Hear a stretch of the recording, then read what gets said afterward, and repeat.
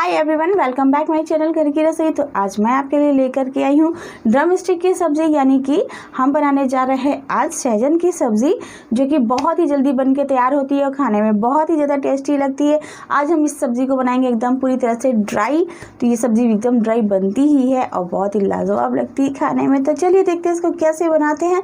उसके पहले मैं आपसे रिक्वेस्ट करना चाहूँगी कि अगर आपको मेरा वीडियो अच्छा लगता है तो प्लीज़ मेरे चैनल को लाइक करिए, सब्सक्राइब करिए और बेल आइकन को प्रेस करना ना भूलिए, ताकि मेरे वीडियो की आने वाली नोटिफिकेशन आपको आसानी से मिल सके और आप मेरा वीडियो देख सके। तो चलिए बनाना स्टार्ट करते हैं।